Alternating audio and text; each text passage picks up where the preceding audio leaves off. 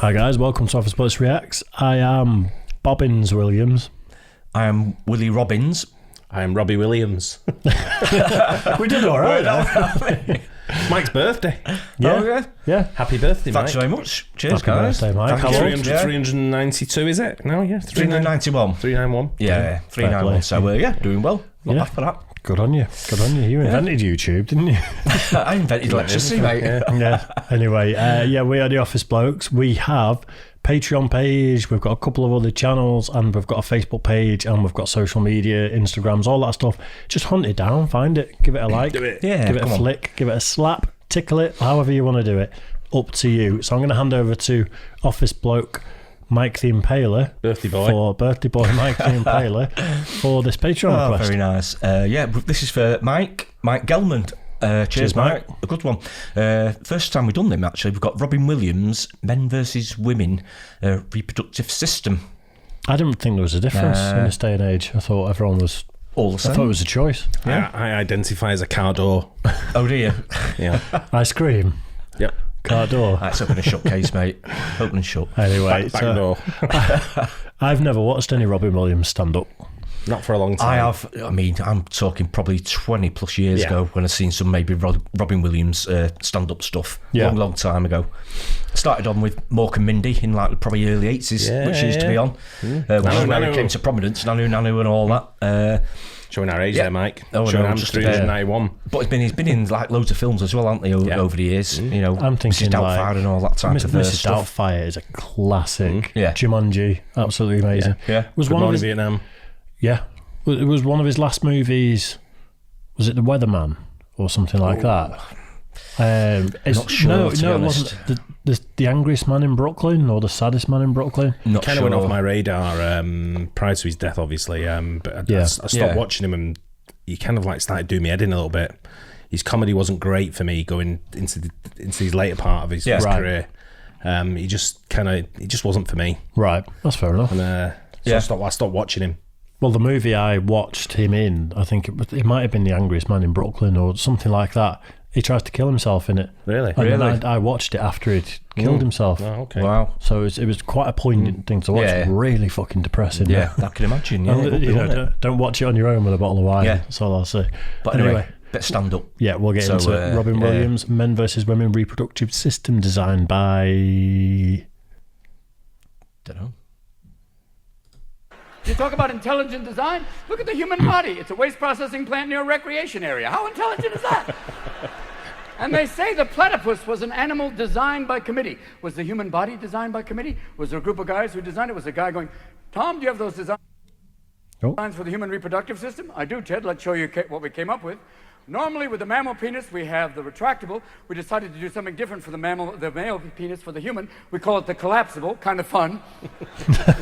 And look at this. Murray came up with the idea of making the covering optional. Thank you, Murray. Way to go. When we take the covering off, it's a little sharp, a little pointy. We need something on the top to soften it up. Bob, what was your idea? A mushroom cap. Thank you, Bob.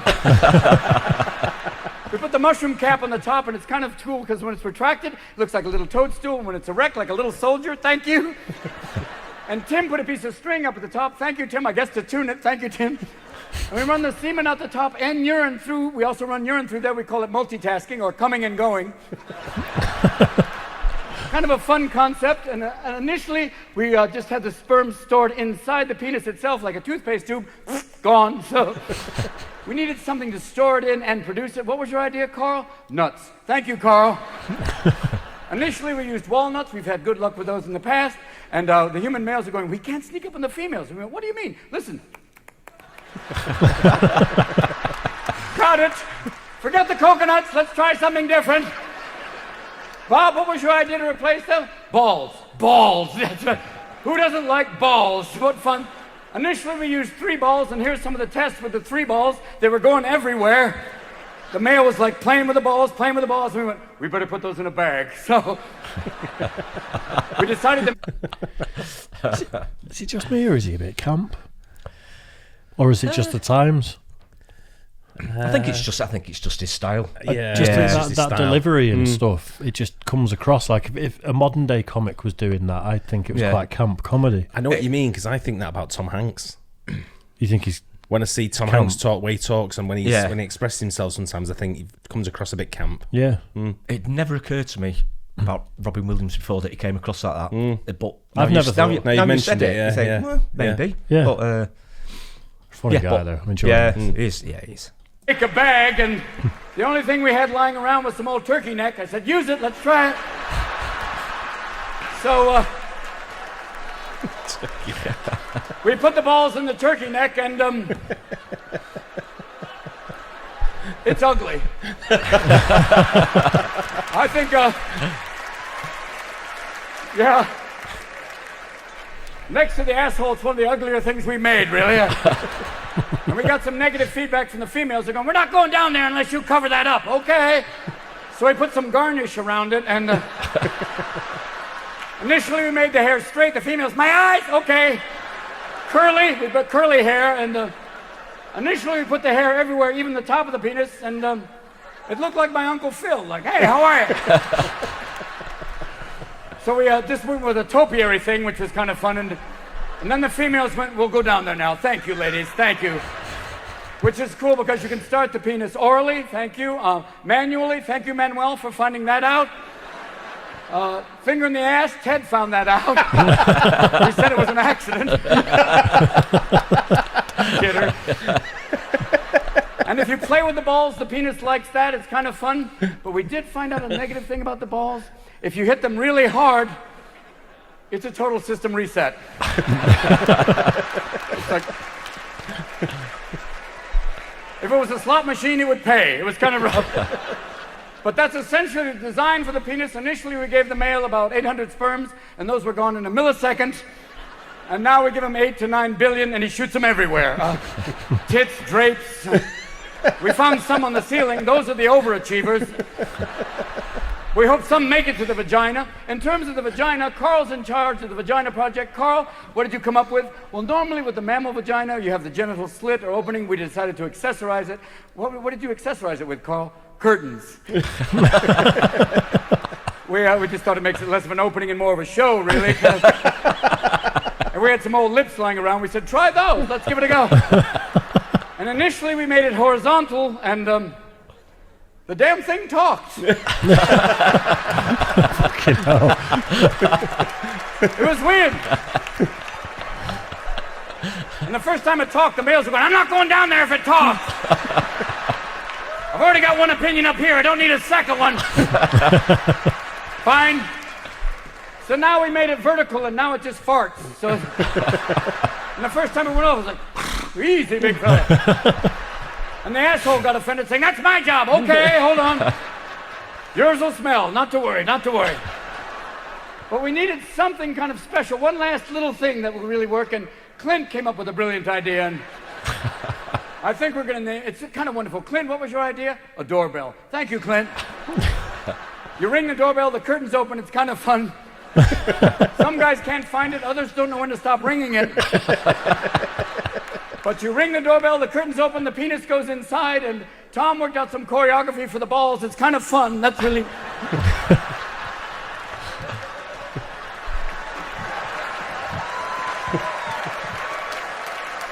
It gets everything ready to go, and the sperms fly out up into the human female. She carries the egg. Normally we tried first giving the egg to the male. He kept losing it, and we went, fine.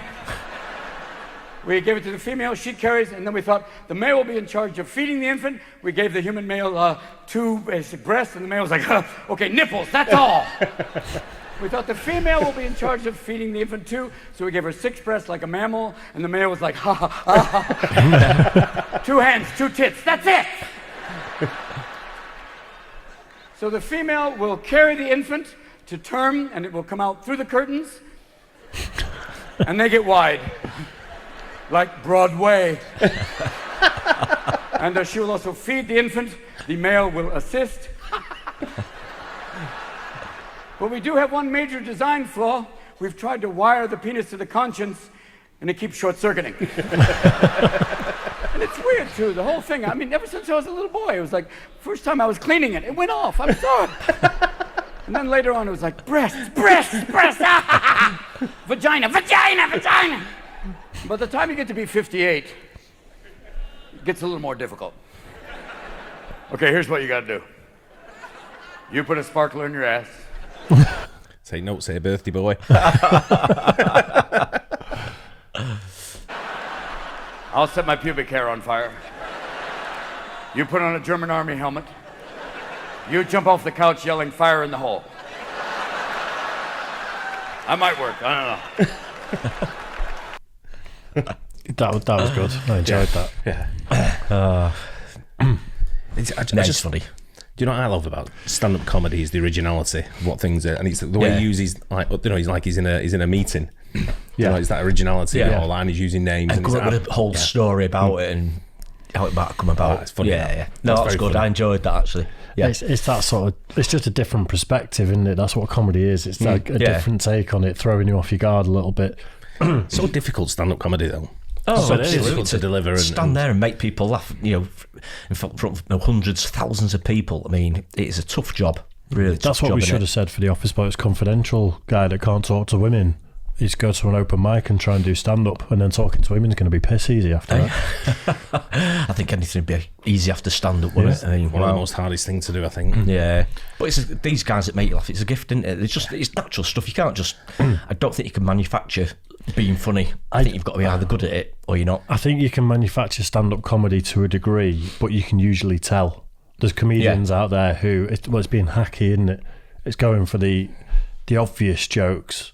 There's no new take on it. It's kind of recycled material. People have got to like the person or the personality of the person standing up there. You've got to, otherwise you've got absolutely no chance. Yeah, I think you're right with that, definitely. But I think you could, the right person could just study a joke book and rip off everything and still be a comedian to a degree, if you know what I mean. But, I know what I mean. But to be a proper, like Bill Burr, Robin Williams, like these sort of guys, that's charisma. You get Bill Burr, charm. you could just say a few sentences and straight away you think, I like this guy. Yeah. Straight away, don't you? The relatability, they get you straight away, don't they? There's a lot of comedians I see, as soon as they come on TV or I see them, I just think, no.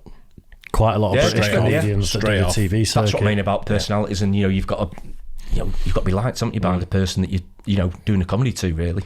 But that was good, that one, though. It was. Yeah, I enjoyed it. Who gave us that request? That's Mike Gelman. Cheers, Mike. Well done. Nice one. Hope everyone else likes it too. Don't forget to like and subscribe. Hit the bell. We'll catch you on the next one. Cheers.